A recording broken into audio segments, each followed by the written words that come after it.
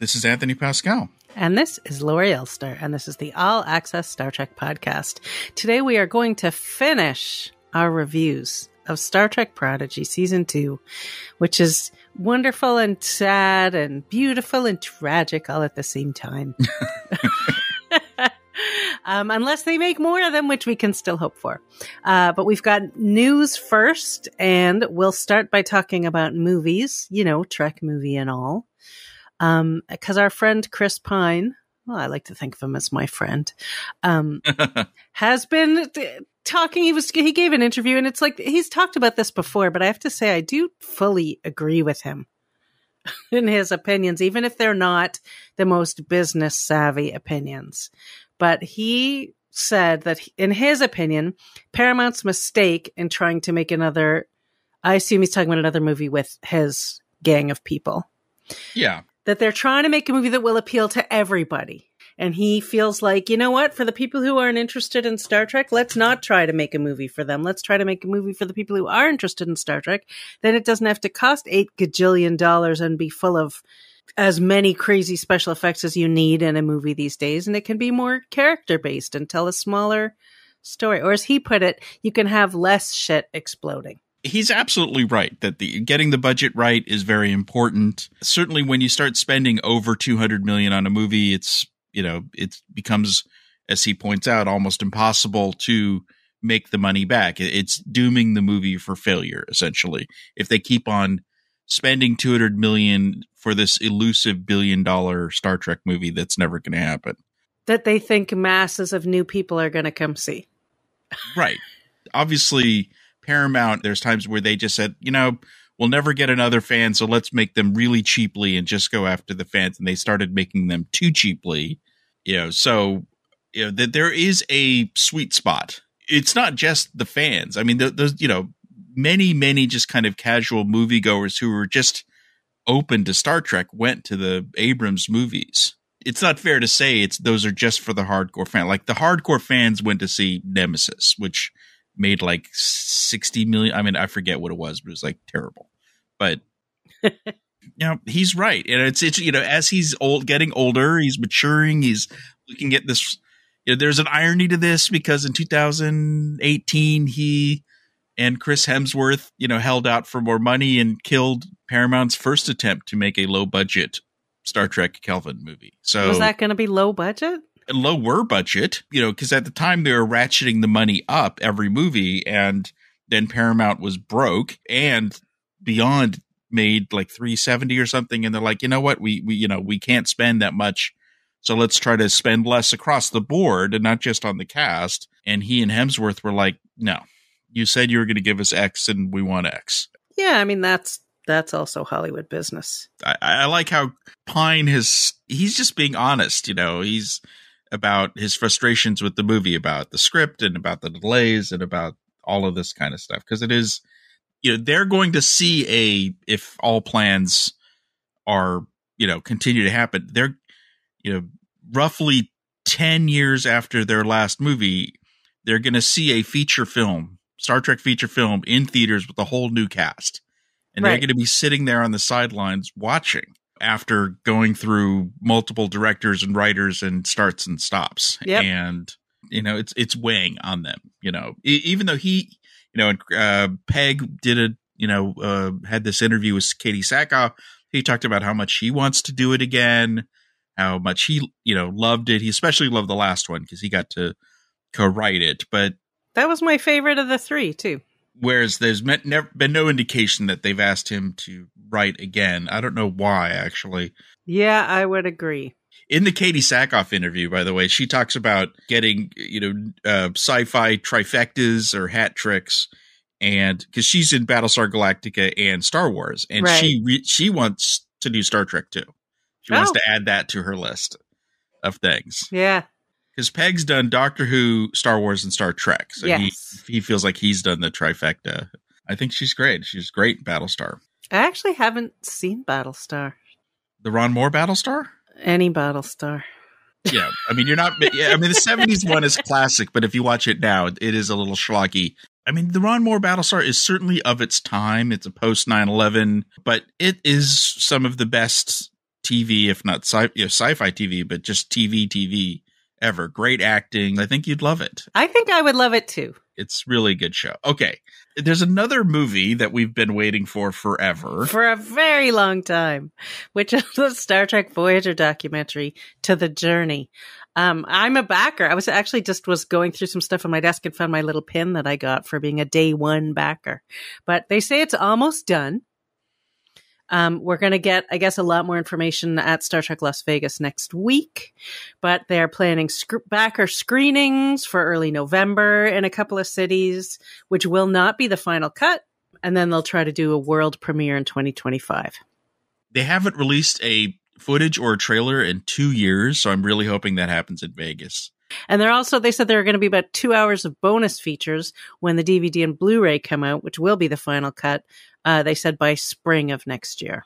I loved a lot of the stuff these guys have done before. Same. Yep. But the DS9 doc was bloated, I felt. I know people love it, but I thought it was too long and it didn't have a singular focus. It was great, but if you weren't a fan of DS9 and you watched it, it would probably lose your interest. Whereas a good documentary does not require you to be interested in the subject matter. Right.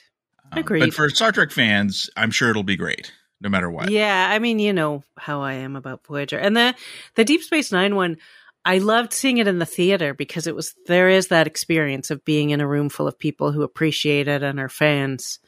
So and I was a backer of that one also. But yeah, there were things there was filler. Right. And you don't need filler in a documentary. By the time you're listening to this podcast, Comic-Con has started. The big Star Trek stuff is on Saturday. Star Trek has a significant presence there this year. Physically, if you go up to the convention center, there's this huge banner on the hotel next to the convention center. It is the biggest banner in all of San Diego, and it's the Star Trek banner. Yeah, it's got Mariner, Picard, Pike, Burnham, and then Georgiou right in the middle in a costume that's clearly from the new Section 31 movie. And she's like bigger than everyone else. Yes, too. yes, she is. Michelle Yeoh is, looming over San Diego. They've got a booth, and there's all sorts of stuff going on. There's other stuff around the town. So we had a preview article this week, but if you're listening to this podcast, depending on what day this is, keep your eye on the site, especially on Saturday, when the big panel is. There's probably going to be releases and trailers and stuff like that. We'll be reporting on the panel, and then there's some more panels on Sunday. So there's a tiny little Section 31 thing, but I just want to talk about it because I'm a big fan of Sam Richardson, and I didn't know this. He was interviewed on the red carpet for Foodtopia, which is an animated thing that he just did, and he's a huge Star Trek fan, like serious. He knows the real deal. Like he said, I started watching the original series, but Next Generation was his that he grew up with, and then he goes Voyager, Deep Space Nine. He loves Strange New Worlds, so I think that's great. And he said Section 31 is a different kind of Star Trek. Different. He said different look. But did he say different look? Different look for Star Trek. And he knows his Star Trek. Yes, he does. He established his bona fides, and he flashed the Vulcan salute. So there's a little tidbit where, by Saturday we'll know more. But that's what we know as of Thursday when we're taping this. Yeah. So we did a big preview for STLV, which is next week, starting on August 1st. Vegas is going to be huge this year. A lot of this is because our friends at the Treksperts, Inglorious Treksperts, have their own. They've taken over the secondary ballroom, and it's chock full of great behind-the-scenes people, which is I love. It's what I always want, like groups of writers. They've got directors, and they've got all these people, and they're doing retrospectives on movies, and not just with actors, which I love actors, but I love writers and I love directors. And I just am very excited about a lot of their programming. And I think there's so much to go and see. And there's so much right up against each other. It's going to be hard, I think, to make decisions sometimes about what to go to. Certain things are easy. The TrekMovie.com panel on Saturday at 11 a.m. Everyone should be there, obviously, to hear you, me, Matt, and Brian talking about the future of Star Trek. Other things are going to be easy. Christopher Lloyd, obviously, Shatner, because, it's just Shatner. But they're doing like a Generations reunion with David Carson, Ronald Moore, and Brennan Braga. Like that is a little bit of heaven for me. Yeah, that's going to be fantastic. For me and Kayla, the people who love Generations. And they're doing some interesting evening activities. They're doing a staged reading of Plan 9 from Outer Space with, all the actors playing different roles. Anson and Delancey and stuff. Although they're charging extra for some of these evening activities. Yeah. Some of them they don't charge extra. This one I forget, but it's not cheap. It's probably still cheaper than drinks. That's true. Drinks in Vegas are pretty very darn expensive if you're not gambling. So, another panel I would love to tell people about is the Trektivism panel that's going to be on Saturday at 3:15, and it is a very unique panel because it's John Billingsley is heading it up. A lot of us who worked on Trek Talks are going to be involved, including actors. I don't know who's confirmed. I think Kitty Swink just confirmed. Jonathan Frakes is going to try to make it if he's available, and Armin. And the idea of this, and this is why I'm telling people about it, is it's not people on stage talking and an audience listening. This is going to be a group conversation with the entire audience. It's in one of the smaller rooms. And the idea is to just talk about how we can take the ideals of Star Trek and work them into our lives so that we're contributing to our communities and the world around us. And it's not anyone telling anyone else how to do it. It's everybody asking each other how to do it. So it's going to be very collaborative and hopefully a really interesting conversation. I'll be there, of course. Great. You're also moderating the Found Family panel on Friday. It's Anthony, Raph, Wilson Cruz, Blue Del Barrio, and Ian Alexander. On the main stage, which I've never done. I've never even stood on the main stage. So I'm a little terrified. If you're coming to Vegas and you're there on Wednesday night, we're doing the landing party at the Masquerade Bar, which we always do with Larry Nemechek and some other folks, giving away stuff and, just come up, meet us, have a drink. We're not buying. We can't afford to buy anybody a drink. Yeah. But we are giving, swag away and, trivia contest. And stuff there's a trivia contest and it's fun. It's like just a great starter for the con to just talk to people, say hi to everybody, see people you haven't seen in a year. It's nice. Just to be clear, this weekend, meaning the weekend this podcast comes out, is Comic-Con weekend. We're talking about the next weekend, which is Star Trek Las Vegas, which means our next podcast will probably be a little short because Laura and I will probably record it before we even leave for Vegas. We'll be frantically packing and planning at the same time as we're recording. So let's switch to a little Prodigy. Just a little good news for people in Europe who've been waiting for the show. Half of Europe is something called Sky Showtime. In those countries, Netflix didn't release it. And so now they are releasing it on Sky Showtime on August 17th, all 20 episodes. We still don't know about Canada. We have tried. No one knows what's going on with Canada. I apologize on behalf of my homeland. There's no reason why Netflix wouldn't release it in Canada if they could. So I think CTV has the rights, but have not exercised the rights. I'm not saying I know this officially, but that's kind of what I sense. That's so rude. I suspect they will eventually release it, but who knows when and how and why.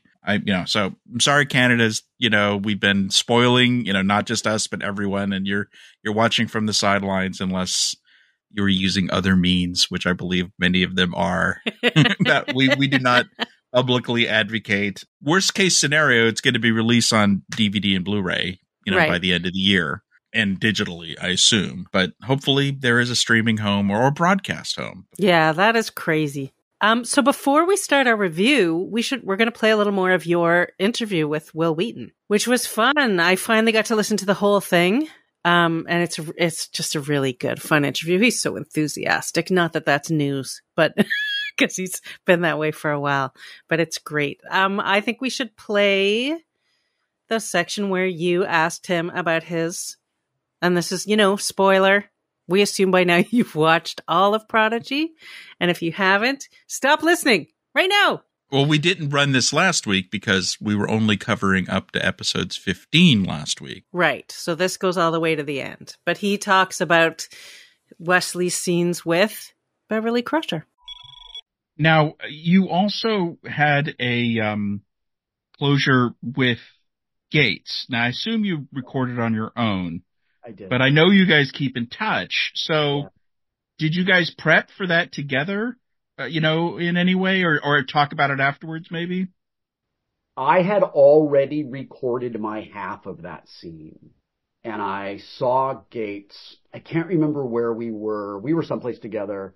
And she said, "Did you know we have a scene together in Prodigy?" And I was like, "Yeah, I actually recorded my half of it. I'm so bummed we can't record together." Um, uh, but I love that Wesley and Dr. Crusher got to see each other. I figure that Wesley, as a Time Lord, he probably hasn't seen her for what feels to her like 30 years. That's a long time to not see your son, right? Or to not see your mom. But for Wesley, I don't know, has it been millennia? I hate to be that guy. Oh, be that guy. But you saw her at the Riker wedding. That is not in Star Trek canon, according to the people who make that decision. So I can justify that. I can keep that straight in my head canon, right? Wesley shows up there, right? He presents himself in a way that they would all expect him to look because he's a traveler, right? But then he's like gone immediately. He's not actually engaging and actually sort of like being there. Tissue thin fan service covering, papering over that. But because it is officially not in canon, we are able to sort of overlook it. All right, so there's me debating Star Trek canon with Will Wheaton. How nerdy could you possibly get? I love it. I don't understand what he means by his appearance in Nemesis isn't canon. I believe there was a scene shot, a deleted scene. But if it's deleted, then it's not canon. Right, but he's in, like, after I had to, like, I rewatched the scene just to make sure he's there at the table, right, sitting next to Beverly. Maybe he thinks that was cut too. I don't know. I guess he popped in and then left and didn't talk to her, even though he sat next to her. But no, I thought it was a nice scene, and we'll get to that later. But anyway, that was kind of fun. I was hoping they'd talk about it beforehand because I thought they talked a lot. I'm surprised he and Gates didn't talk about the scene before they both recorded it. Yeah. Even though they're recording separately, which is normal. But I know I hate that, though. I like to picture them together recording the scene. Well, for something like this, that even they don't even do that on Lower Decks anymore, even though I think they should. Yeah, I think they should too. All right, let's switch over and let's talk about part 4 of our 4-part series reviewing Star Trek Prodigy, the last. But then it'll be over. Well, season 2 will be over. Let's just look at it that way. Yeah, I'm trying to stay optimistic that there'll be more because I love it so much. I want to eat it. I want to crawl inside it. So we wrapped up last time halfway through a 2-parter, Ascension parts 1 and part 2. We kind of ended on the cliffhanger, right? Mm-hmm. Of when they revealed Wesley was where Essentially was getting all her super duper time tech. Yeah. Really, this episode, it's a good like war movie kind of episode, I feel. Very cinematic when you put the two pieces together. And they hold pretty well together. I think it's a fantastic 2-part episode. Yeah, I loved it. I mean, it was so much about sacrifice. Everyone's making big sacrifices and being so noble to try to help everybody else and using their unique talents and everything that they've learned over all of the episodes that we've seen. You have this great triumph that they've actually accomplished something and now they have to face what's really coming next. So it was like a setup as well as it was a conclusion of a 2-parter and then a setup for the rest of it. Zooming out to these 5 episodes and certainly the last 4 that this one sets up, it's very much like the end of DS9 where sometimes they're calling things part 1 and part 2 or whatever, but it's all one thing. Mm-hmm. Even though some of these episodes do stand alone fairly well. I thought like 18 stands alone fairly well as its own little contained unit, but it's all of a piece, as it were. Once they re-encounter Essentia and until the end, one big epic story about taking her down and all of that.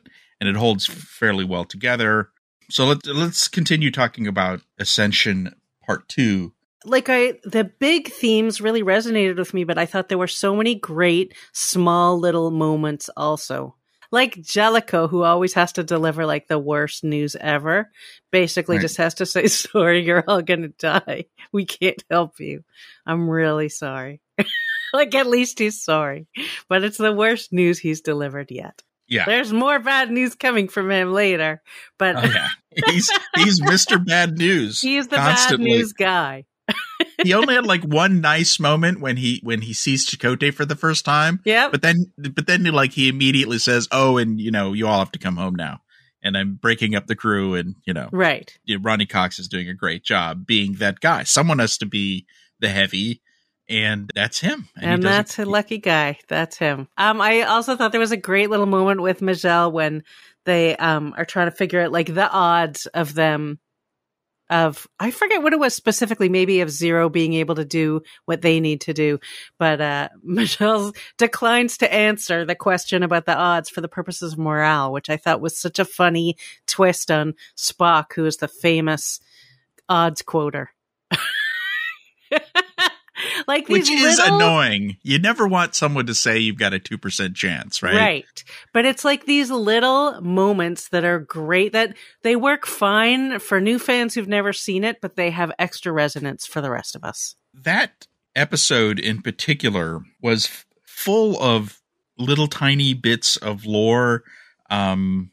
But I thought they were all woven in together, like the Boothby thing, and even like if you look closely, you can see some binars, and there's mentions of the too short a season because Tysus gets aged. Yeah, we have that horrible thing, and then of course Zero gets super aged and loses their body. And it was also, remember when Zero got their body, they were warned, like you're going to experience everything. You're going to experience pain. You're going to experience aging, weakness, all of these things. And wow, was it an accelerated journey? Right. They weren't told you're going to feel it all in like a 5-minute period. Right. But that was brutal. It was brutal and beautiful. And then at the last minute, you have Rock helping Zero and Jankum building a new body, like everybody just pulling together so that even in those moments of tragedy and challenge, they're inserting hope right in the middle of it. There is a kind of weird thing. Like the show is, on one hand, it is showing consequences. There's a lot of talk about decisions having consequences. Obviously, the beer episode dealt with that. Dal and Gwyn through these episodes talk a lot about how their decisions have consequences. But, in this episode, and we think about the original Attack on the Loom and subsequent episodes, like, a lot of people died or were erased from history. Were erased. And Janeway at the end of this does that great speech where no one was a hero and everyone worked together. I got a little emotional when she was making that speech. But you think she should have said something about the Fallen? But doesn't she not remember them? Well, but no, everyone on board. I mean, this is the thing of like, were you wearing the armband at the time? And do you still remember these people? She had the armband. She should remember the dead people. Tysus certainly remembers them. So she's aware that half her crew is gone. I mean, a live action show would have had like a funeral scene or something. They would have acknowledged the fallen. It would have been a thing and these are important stakes, but this is a kid's show. And this is a thing where this show, sometimes they pull back, I think, rightfully so, perhaps. But it was weird to me that she didn't mention that half her crew is dead. I assumed it was because she didn't remember them. They were erased. So that was my assumption. But it did remind me a little bit, and it wasn't as bad as this, but there's so many original series episodes where like a bunch of guys die. And at the end, there's some like jokey Smurf little tease or whatever, like thing at the end. And they're like, oh, it all turned out great. And I'm like, yeah, except for those 3 guys who died. So right, but that's the thing. Like the original Star Trek is literally, I mean, the term red shirt was invented because of the way that they casually dismissed the deaths of people every week, even though it really wasn't every week. You know, a modern show should not do that. They don't hit the reset button. You know, death has meaning. Yeah, that's the thing of, you know, on one hand, you could see in these episodes how they're dealing with the adult issues. They're making lots of references to the other shows. They're all trying to weave into, and we'll get more into that later, the modern era of Star Trek and Picard. But there's some things that they're not doing because it's still a kid's show, is all I'm saying. And every once in a while, there's an episode like the triple episode where you're just like, where they just really lean into the kid stuff, you know, and even moments within other episodes. Right. Do we need to know that Bribble did an oopsie in her pocket? Just sometimes these things are just I don't know that. See that? I'm a kid, so that made me giggle. Okay. Well, see that yeah. Kids I mean, of all I ages. still think like burps are funny, and you know, I'm like, I love it. I love it. I love a good burp. I don't know. I don't want one in my face. I guess I'm just not a fan. I'm not a fan of Bribble. I think. Yeah, I'm not a fan of Bribble either. It's the look of Bribble is not a look that I particularly like. But I still think it was a good joke, and it did make me laugh. Okay. Fair enough. So, you know, moving on, this group, we start with a two-parter, we end with a two-parter, and then there's a couple in between, you know, which are a little more of their own little standalone episodes, but their own little themes. Yes. One of them is the Brink episode. Mm-hmm. So the idea is Jellicoe changes his mind again. He's like, no, you're not going home. Now you are going to Solum. Right. He says somebody has to go and you're the only ones there. So, which is a very familiar Star Trek thing. But at least they've got an excuse now because basically Jean-Luc Picard is using up all the ships. Yep. He's about to get some bad news too. Yeah, exactly. They make a point that in the previous episode where Essentia declares war, basically, and the kids all rallied together and Dal's part of Nova's squad and the rest of them become part of the crew of the Protostar again under Chakotay and all of that. And they feel like they all kind of leveled up and are part of the gang. And then this episode starts out where they're like, well, you know, you could go to Solum because you're not part of Starfleet. And I'm like, wait, what? They're not? And then they're talking about like how they can't interfere. They might start a war. And it's like, you're already at war. It seems like they're treating Solum like they were at the beginning of the season where it's kind of a prime directive situation. Right. When they seem to be way past that. And it's like there's this whole convoluted thing where it's just an excuse so that they send the kids to Solum to do the covert mission. And it seems like they spend a lot, as they say, a lot of shoe leather on something that I think is both confusing and pointless, but also flies in the face of the joy of the previous episode. Is like, oh, well, but you guys aren't really Starfleet. Right. As if Essentia would be like, oh, well, I don't mind because you're not really Starfleet. She's going to see them as Starfleet. The bottom line is she's going to see them as Starfleet. But otherwise, I could look at it as, in terms of like disavowing, like I think Jankum yells that at one point, that they're just going to disavow us. But Janeway says, we will disavow you. But it's like, what? Yes. So what? Which Why? Is easier to do if it's the kids.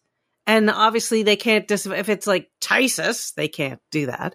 But I agree with you that it is unnecessarily complicated. To what end are they disavowed? Like Essentia would say, "Oh well, no bad, no."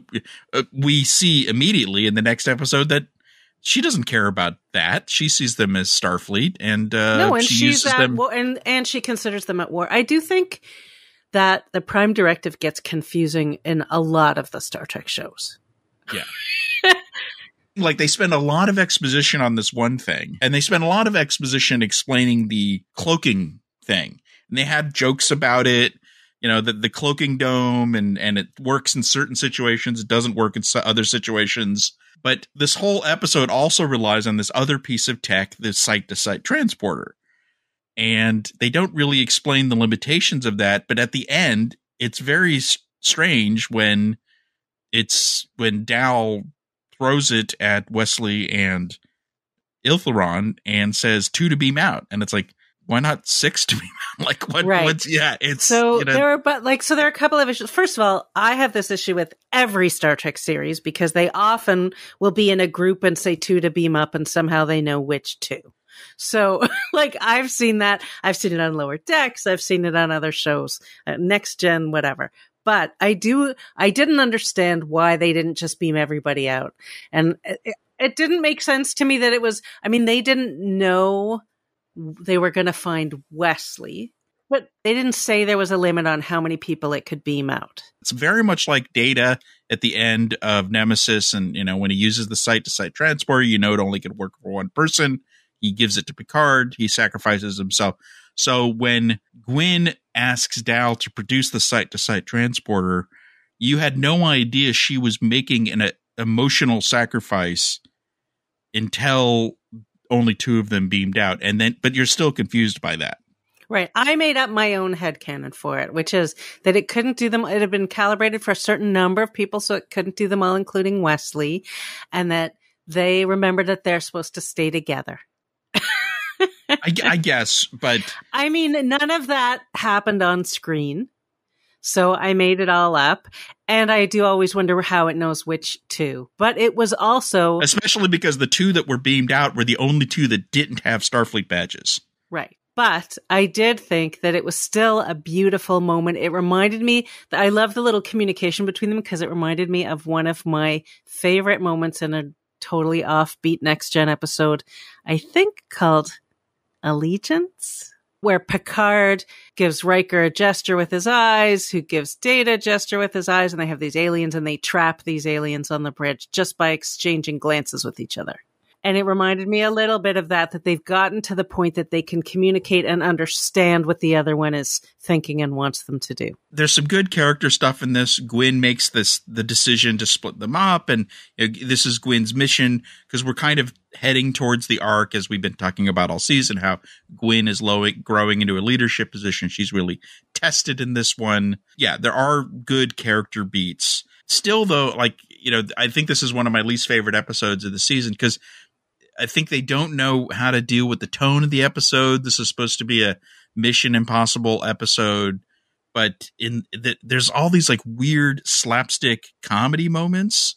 Like the Valnicott guards are, they're falling down with their butt in the air, and they do the Weekend at Bernie's thing. And, it's just kind of, again, these are kids, and, are these guards trying to kill them? How, what are the stakes here? Because the guards suddenly become buffoons, in this, and you don't perceive them as a threat anymore because they kind of seem clownish. Anyway, they can't all be winners. Oh, I still there were so many things. This one, there were so many things that I loved about it. I thought that when they have they start at the beginning and they have this meeting with the senior officers, and Gwyn is there, which is, and Dr. Noam is who invited her? And it's it's Janeway, because Janeway believes in a peaceful solution, so does Gwyn. And it was sort of the opposite of Picard ordering Wesley off the bridge. Janeway's inviting this kid in to be part of it because she recognizes that she has something valuable to contribute. And I thought that was really great. I also liked that and again, to me, this worked, the juxtaposition of tone, because Dal is listening outside and thinks they're playing poker because he hears them say something about an ace in the hole. So it is still through the eyes of these kids. And the stuff with the bubble was, shuffle quieter. That was cute and made me laugh. It got them to almost to where they needed to be. Let's face it. If you want to send a covert team, you would have sent a couple of them, and a couple of them who could blend in. You wouldn't have sent Rock. Yeah, well, that's why they made the bubble. I know, but still, she's a little kid. She's a giant, Precarian girl. It's impossible to hide her, even with the device. So it was there was a flimsy thing they tried to create around why they sent the kids and all that. And I don't know, it just didn't add up to me. To me, it didn't bother me as much as it bothered you. And I also was very happy to see I was right about young Essentia. I knew she was going to turn up and do something good. Yeah, no, that was a good call. The glances of her in episode 2 or whatever. Yeah, just the way she was looking, I was like, oh, she looks a little terrified of her older self. You know, because let's face it, Essentia, episode by episode, she becomes less and less interesting as an individual, the older version. Yep. So her younger version's now more interesting. You know, she adds the dimension to Essentia. When you add them together, they're like a real person. I mean, that's the thing I wish we'd seen a conversation between the two of them. That would have been great. That would have been really cool, I think, to have the young one not understand how the old one became who she turned into. And I loved the emotional moment of Zero being angry with Wesley for saying, "Oh, I had to set all this up so that she could build these weapons because we're going to need them to make the wormhole." And Zero is like, a lot of us really suffered. Yeah, no, that was good. Again, I'm very glad when this show talks about consequences. And Wesley was kind of flippant, like, oh, well, you know, you almost died. Yeah, almost is doing a lot of heavy lifting in that sentence. He goes, almost, nearly, whatever it was. Nearly, almost. And he's being flippant, and Zero is not amused. That being said, Wesley is playing with much bigger pieces on a galactic-sized table.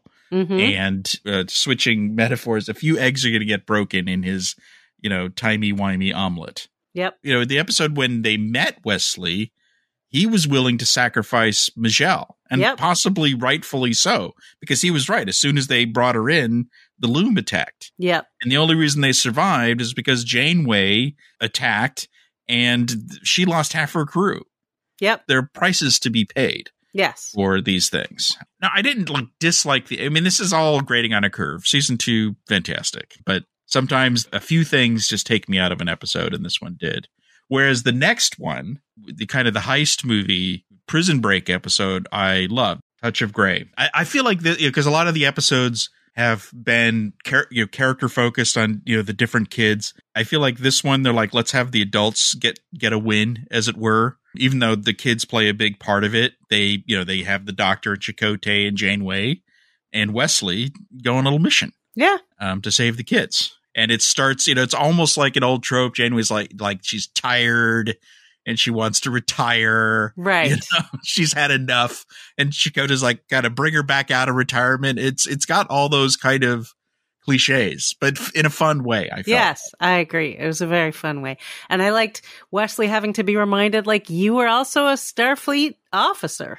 And those skills are valuable and special, and he was exceptional at it. Yeah, like another old warrior in one of those movies where, you know, like, you know, you used to be great at this. Why can't you be great again? You know, and he was. No, and it's also like, when a superhero loses their powers temporarily, it doesn't mean they're useless. Like, sometimes they have to learn. We've seen where they have to learn, oh, I have other qualities too. Superman 2 was all about that. Yeah. Great episode for Picardo. He was very funny when he was, you know, pretending to be Dreadnought, and when he was narrating their way through the planet, and when he was pretending to be dying Janeway. Especially his death was great. And I think when he said the rest is silence, I feel like that's a quote from something he wrote on Voyager. I'm sure. One of his novels or something. But and this one, they got me with this one. I didn't. It was rather obvious on retrospect when Janeway leaves with the Doctor, and then only she shows up to talk to Essentia. It should have been obvious it wasn't her. Right. But they got me. I thought it was her. Yep. Until the dying, the elaborate dying. But that was so the Doctor. It was so perfect. And it was very important also to show in that episode the way that the things on Solum had changed because of how Essentia was running things. Like, it was a peaceful planet. Now everybody's afraid. Yeah. And that was really important to establish. And they even somehow got us to feel sorry for the Loom. Yes. Because they never explained this, not even through episode 20, but somehow Essentia, which, like, she was getting technology from Wesley, but he didn't know how to do this. So somehow her people figured out how to trap a Loom. Yep. Poor, sad Loom that started erasing people as soon as they broke it out. I know. But it was sad. So all in all, very fun episode. There was a weird thing in this episode that was weird, but I felt was very important. And this was kind of bugging me up to this point. which is, okay, what's the deal with new Hollow Janeway, right? Who's been on the planet for 10 years with Chakotay. She's kind of just hanging around on the protostar, and their whole plan is to get rid of the protostar. And so up to this episode, I'm like, that seems to be an issue, right? And then she starts talking to the doctor. She's like a big fan of his, and they really remind you, like, this is a person. Yeah. In fact, I thought she did a lot of that to boost his confidence. Perhaps, but it also felt genuine. Yep. You know, she was a fan because she's a hologram who's, you know, self-realized and sees him as a model of, you know, and so I thought that was very sweet. Like, was it flirty? No. But she's a fan. Like, she's definitely fangirling out over, you know, the big time author, the EMH. But I did feel like she was playing him up too. It was clever. And it, you know, it did a good job of setting things up for the finale, because this is the last episode before the 2-part finale, where we realize, oh, we need to deal with her. Mm-hmm. So before we switch to there's one last thing about this episode. I still haven't nailed this down 100%, but I think this episode broke new ground in canon in a very subtle, tiny way. Janeway types her log, like typity-typity. Yes. How many captain's log, admiral's log, whatever have we heard on Star Trek since the beginning of time? But have we ever seen someone type one? It was a strange choice. Yeah. I didn't know why she was doing that. She's like Kovic. She's like, you know, likes anachronisms every once in a while. But she always did a normal log the way everybody else does. So there was maybe a reason.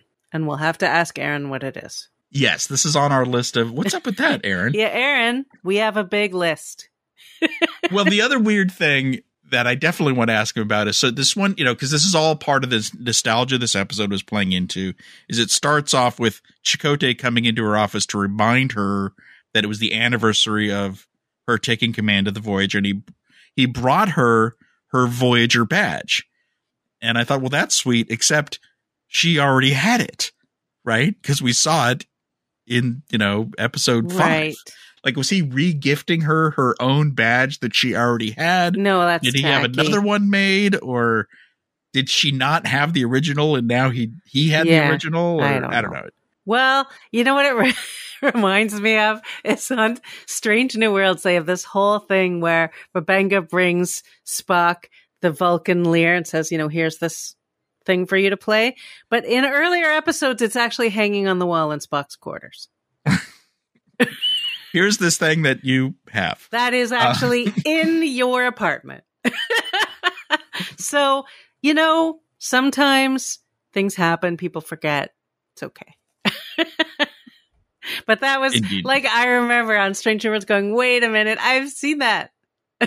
It's already there. So there you go. Yeah, I feel like you could watch this episode on its own, even though it does a lot of work to set up the 2-part finale. And flows very well with the previous episode, obviously. Yeah. So should we talk about Ouroboros? I don't want to, but okay. It's just... You say that, I mean, there was... I'm man enough to admit I had to pause at a couple points because I teared up. Yeah, so did I. I absolutely teared up. And even when I sometimes... You know, because we watch it multiple times, it affected me more than once. Very emotional 2-parter. Yeah, this is another one where I didn't watch them separately. I don't know if I could, really. It all has a big flow as a one big episode, for sure. Oh, do you know what I did? I watched, you know, once we finished doing the podcast before and we finished our reviews, I watched 4 and then I waited a day to watch the finale. Okay, interesting. I prolonged it because I was like, oh, then I'll be done. Okay, I'm going to wait one more day. And then I could think about it, about how I thought it was going to go and all that stuff. But it is very much one episode, though. It's just a fun thing to try. I like when Janeway said, we will hold the line. I was like, I love you. Yelling at the TV. And then Rock says it. Then Rock goes, love you. Well, there is the issue of binging versus watching over time. There was an element of this episode that would have worked better if we weren't binging it, even over a month, which is, I felt, especially in the first part, they spent a lot of time reminding the audience, taking us back to episode 1, reminding us, All the scenes where the Geek Squad were trying to work out the time travel stuff, there was a ton of recapping. Yes. The series. And Wesley did it in this one. He did like a whole big sort of timeline explanation. But it happened like there was multiple versions of the same scene almost. Like they kept on going back to them, recapping things. And I felt like there's a little too much of this exposition going on. And then I realized, well, only because I just saw, this episode last week or a day, whereas I was thinking, imagine this was spread out over 2 years like it would have been, and then this would have probably paid off much better. So they were right to put it in, but that goes to, do you build a show to be binged or to be watched over time? No, and also you should know when you're making it, which they didn't. Exactly. It actually took me a couple times. I had to rewatch this, but now what Aaron said on our podcast before we started the season, this unified thing, those recaps added up to Rock's big realization that when you look at all the bits of time travel from the show, the thing they couldn't figure out is how did the protostar get back to Tars Lamora? And then they realized the thing that they've all believed since the beginning. How many times have we heard Chakotay sent the ship back in time to Tars Lamora? But they realized that actually never happened. They have to send it to Tars Lamora. Right. This whole thing is what they call a bootstrap paradox. Right. It was them all along, basically. It's the thing that always bugged me about the Terminator, even though I think it's a terrific movie, which was always like, how can he send someone back who then creates him? Like John Connor sends his friend back in time who becomes his dad. And I'm like, how does he exist to send him back? So, but this is one of those things they've said it on Star Trek before. We actually talked about it in our conversation with Aaron about how sometimes the effect comes before the cause. But it puts them in the driver's seat. They were the heroes all along. They were the ones who saved themselves. No, I liked how they did that, and I like how Rock figured it out. And then she hugged Wesley and spun him around. She was so excited. Oh, the Rock, because when she met Wesley for the first time, you could tell she wanted to do it. Well, because she loves Ensign Wesley Crusher. Right. So in the previous episode, when they rescue them from the planet and they are coming back in the shuttle, it's kind of the first time they could all relax. And she starts fangirling and going, "Am I talking too much?" That was very cute. I loved all that. It makes sense that she'd be so excited. And then you've got the kids on the planet. It's a bit of a cliche, like there's a machine, you need to get into the machine and you need to throw the switch on the machine and then the thing will happen and everyone will be saved. And then the cable breaks and then you have to climb higher and then some other things.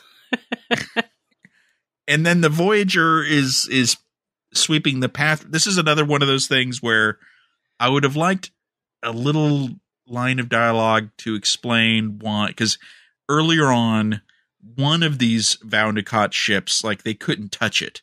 But now Voyager was flying through dozens of them, and not getting a scratch on it and holding them down with, quantum torpedoes. It would have been nice if they explained how the Voyager had leveled up so that it could survive a battle against a dozen of the ships, when 3 episodes ago, one of them, almost destroyed the Voyager and they couldn't do anything. But it was that weapon that stuck the incursor.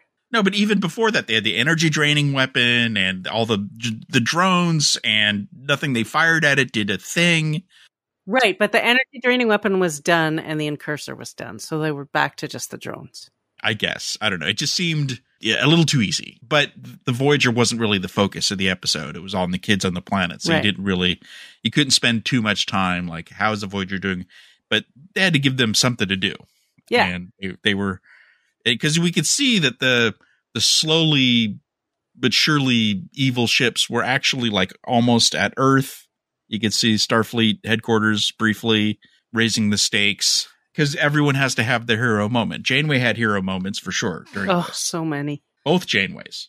Yeah. So I have a question about Hollow Janeway. So she and Chakotay, he's like, "You've been on me. What's wrong with you?" And she's upset about losing her memories and their time together, the 10 years. When Chakotay and Hollow Janeway were alone for 10 years, Were they doing it? Could you know, did they have a relationship? Well, here's the bigger question is, do Janeway and Chakotay have a real relationship? And on this show, there are moments where you think they do. Like, because if the real one has a real relationship, then the hollow one, he wouldn't do anything with the hollow Janeway. But if he and real Janeway thought he was there forever and he was there for 10 years and he didn't think that he was leaving, don't you think they had a relationship? I think they probably did. Certainly a very emotional relationship. I mean, when Chakotay and Janeway were on that planet in the episode where they had the disease and they had to leave the ship. And the monkey. Bathtub, you could tell he wanted to take it someplace. And this was no wanted different. To take it someplace. Yeah. So no, I think they probably did, but it's hard to say. But it was heartbreaking because the way she was acting towards him was definitely like a couple. But there was also something kind of weird about it where she's like, you're all working on this thing, but you're all about to murder me and no one is talking about it. Yep. She knew she was going to die, and then he and the doctors like, surprise, we're not going to kill you. But you'd think like maybe they could have told her that. I mean, it adds to the drama of the situation. No, and obviously. They weren't sure it was going to work. So they should have at least told her they're working on it. I mean, it was almost, it was just a little strange of like, she didn't bring this up until they were like under fire in the middle of a battle. And she's like, oh, by the way, I don't want to die. Is basically what she was saying. Yeah, but that's when I would think, like, everybody's busy and they're doing their thing, and then suddenly you realize what it's actually going to mean. But she was bugging him before that. She was like, those Maquis tricks won't keep working and whatever. Like, that's when I was like, oh, there's something very coupley about them. And then I thought, 10 years? I think so. Now, at the last minute when he reveals to her, we're not going to kill you, that's not really true. Because they had already backed her up. So the person they were talking to was going to die. Because the backup had already happened, which meant that the memory of this conversation. Right. This person is about to be reset. Right. Yes. That gets to the, do you kill someone every time you transport them? All that kind of jazz. But I was thinking that I was saying she probably realizes that. And I thought she was going to say something like, it's nice that a version of me is going to live on and I willingly sacrifice myself for the mission. But it was more presented like, no, she's going to. Right. They maybe should have said, we are going to back you up. But they unfortunately said it as if she'd already been backed up. Right. Well, then they were going to add that last bit right before. Okay. Fair enough. Because I'm assuming the Janeway that we see at the end is that backup. Yes. It is. That's been upgraded to the command hologram. Yeah, fancy. Which means, if your theory is true, the Janeway that Chakotay was in a relationship with is now on the, that ship. Yep. But he's got the real Janeway now, in theory. Yeah, although, she's just wanted to be on the farm by herself. So the finale had a lot of fighting. There's Murph fighting the Dreadnought, a lot of Gwyn fighting Essentia, a lot of villain dialogue there. How did you feel about all that stuff? It was the right amount of fighting. It wasn't prolonged, annoying fighting. Like in the earlier one where it was Essentia and Gwyn and that went on a little. But this I thought was, because there was so much emotion in it, like for me, like that's why a battle doesn't have emotion in it for me, but this had emotion in it. I'm glad that, because they had dug themselves in so deep that I'm glad they didn't actually redeem older Essentia, but that she did realize the error of her ways. I know. I wrote in my notes, a little late, sister. Because she's like, what have I done? And it's like, Yeah. Well, we did see younger Essentia there in that scene at the end when everyone, it was a beautiful scene. I didn't think of this the first time I watched it. It was just a beautiful scene of everyone giving their power to Essentia. Yes. They had set it up earlier where she couldn't get to Gwyn. They were giving their power to Gwyn. Yeah, to Gwyn. Yeah. And they'd set it up earlier where she couldn't get control of her heirloom. But then the second time I watched it, I realized like they're all just standing there. Why doesn't one of them just walk up? Smack her. Yeah. It's like there's like 20 of them. They can easily overpower, Essentia. But this is one of the things of when you watch these shows like 2 or 3 times, that's when these things start bugging you. And so I don't want to, but and it happens on so many different shows that I watch too, where you're like, but you could have just, but it was more important in that scene that we saw them all helping her, because it was also that Solem was shifting and that they were moving into a better future and being open to, off-worlders and all of that. Yeah, no, I thought it was great. And for a moment, I thought they were going in a different direction where her eyes started glowing. And I thought, is she going to ascend to become some kind of super powered being? Right? When her eyes start glowing in a big way and she kind of rises up. But it seemed to be temporary. Yeah. She doesn't have all this superpower all the time from now on, I don't think. No. But no, it was great. And I'd love you, because there was a kind of allegorical story about what was going on Solem this whole time, about the power, how people could use fear and fear mongering. And I like how the society, how many monolithic Star Trek societies are there? And they showed it's a nuanced society and there's different points of view. And people can change their minds, because you had, some of the resistance people were former elders, yes, who probably welcomed Essentia into their power and then realized too late that she was, cuckoo. And then she threw them in jail. Yeah, space jail. And I'm glad that they wrapped up all of the Solem stuff fairly early in the 2-parter. It was into part 2. But not too deep into part 2. Yeah. Where Essentia was defeated. Both Dal and Murph kind of sacrificed themselves, but then were immediately not dead because of the kind of show it is. They wrapped that up really well, and they switched to the kind of the new threat situation. Yeah, well, just overall, the way they made it work we still have a few details to get into, but the way it worked as both a series finale and a setup for a whole new thing was so perfectly done. Oh, absolutely. It's so tricky. And it's actually the way, Discovery, if you didn't have the epilogue on Discovery, it's the same idea, which is it felt very much like a series finale already, and yet was also setting up a whole series of new adventures. Yeah, certainly everything up to them at Starfleet Academy was going back 40 episodes. That's why they were reminding us of that stuff. And then they showed us kind of the stylized versions, and which I loved. And Dal remembered that he found a badge on the ship and he had to put the badge there. That was a very big moment. That was a beautiful, amazing moment that just my heart made a little leap. He just takes it off and you can tell, and it's the one Rock finds, and it changes everything. And it was just such a perfect full circle gesture.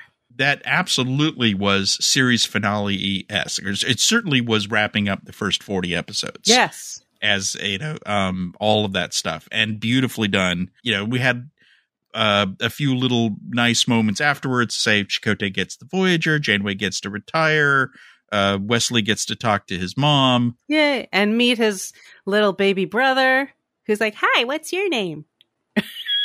Right. Now, doing the math here, Jack should be 5, but it sounded like a baby. No, except he spoke. At first I thought, is it a baby? But then he goes, "Hi, what's your name?" So I was like, it puts him at 3, 4. Obviously, they hired an actor far too old to play Jack, but we still loved Ed Speleers. Yes.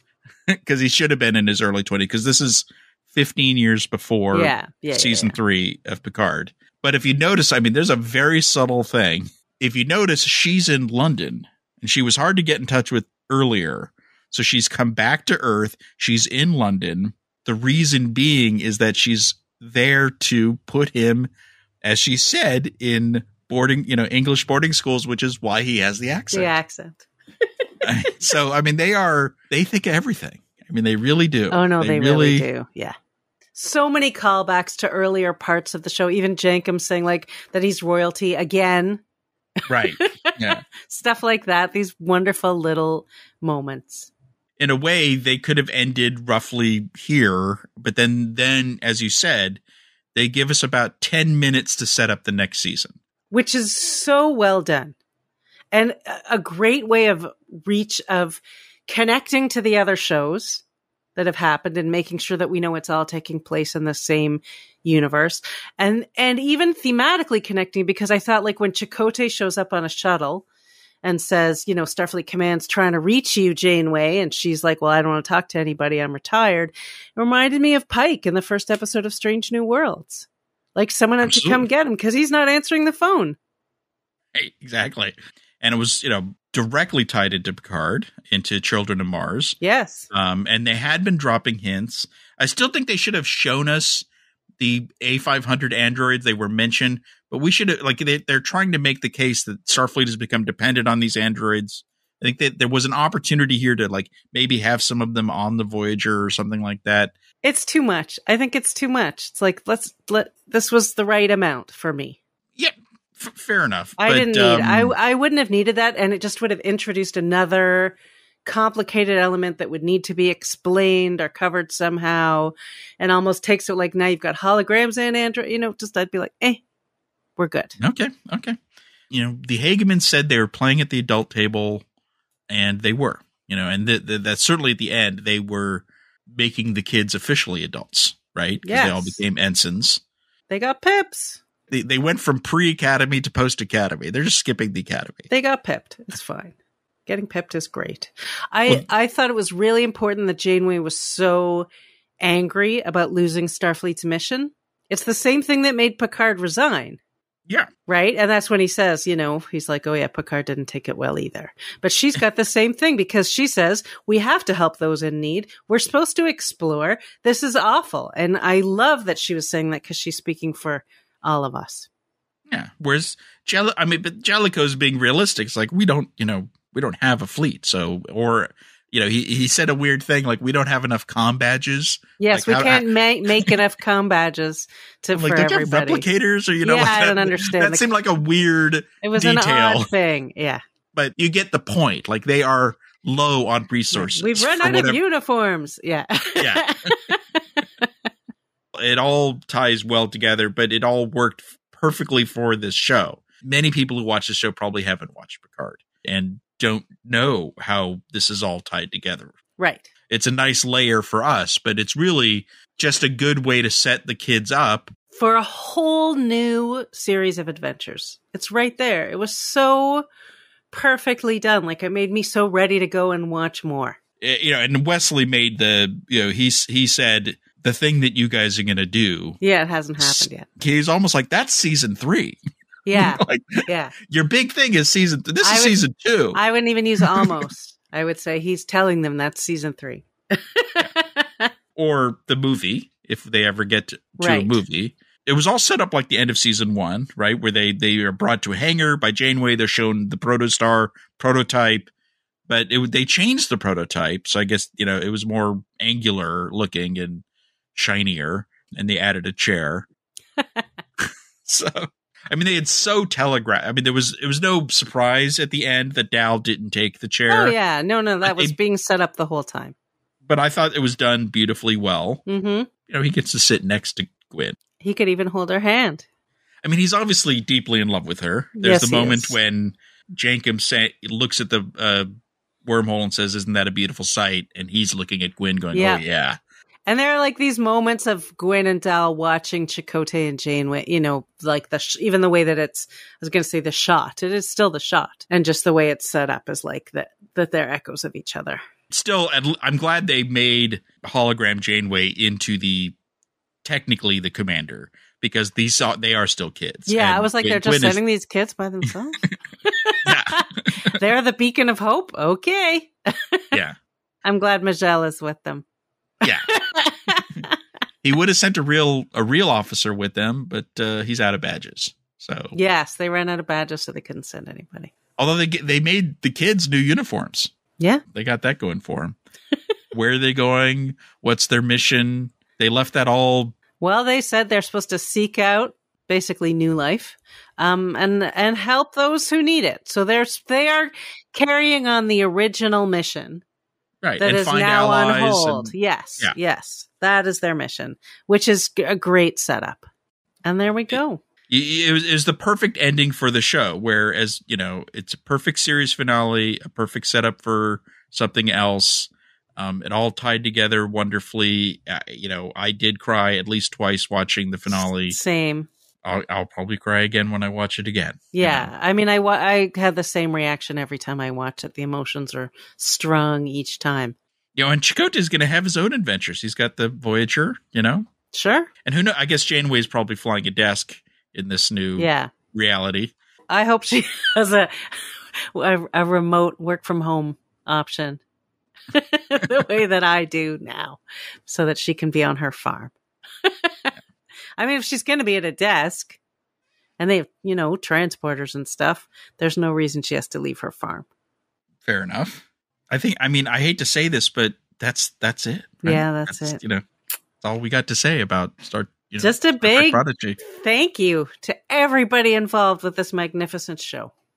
Yeah, thank you to the Hageman brothers. Thank you to Alex Kurtzman and from Paramount for buying the show, and Nickelodeon and CBS, and no thank you for removing it, but then thank you for selling it to Netflix. Yep, and all the writers and designers Aaron and everybody, wow, yeah, it's such a delight. I've said it before, but I didn't think I'd like the show when it was first announced, and I was, the more I learned about it and watching it the first time, I'm like, oh my God, this is for us too. And hopefully on Netflix, there are people who are watching this and this is their first Star Trek. They are watching this. And it works as your first Star Trek. It's a great entry point. It's beautiful.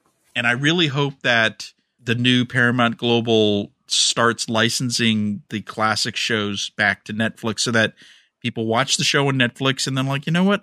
This Janeway person is pretty cool. She really is, isn't she?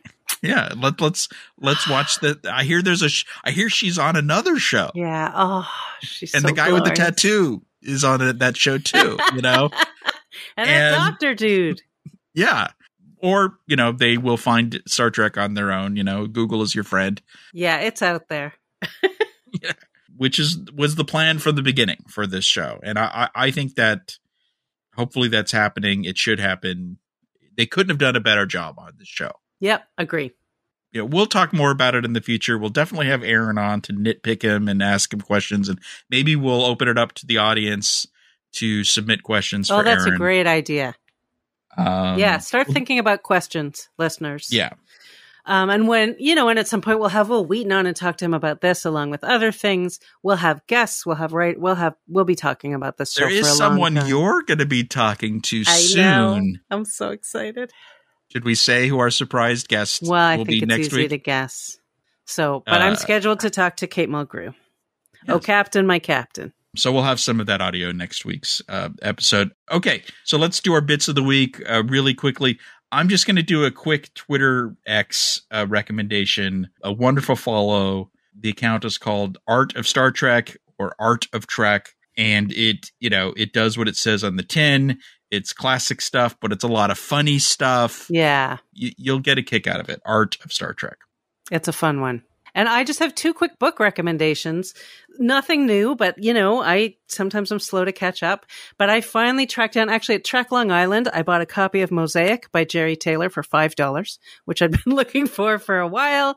And I read it and loved it. It was written in the middle of Voyager. And then I also just read the autobiography of Benjamin Sisko by Derek Tyler Attico, which I bought from him at Trek Long Island, and he signed it. We had a great discussion about his process of writing the book, but it is beautifully written and just a rich, wonderful book. So I recommend both. So that's it. Thank you all for kind of sitting with us for this experiment and how we're going to cover Prodigy, writing 20 episodes, reviews for the site and 4 podcasts and all of that stuff. It's been quite a month of Prodigy. It has. And you've been writing all the written reviews too. So yeah, my brain is so prodigized. I know. It's good. It's crazy. It's nice though. Our next podcast takes us to August and more new Star Trek. There's lots coming up. It's going to be, August is busy. There's a lot going on. Goodbye. See you next week.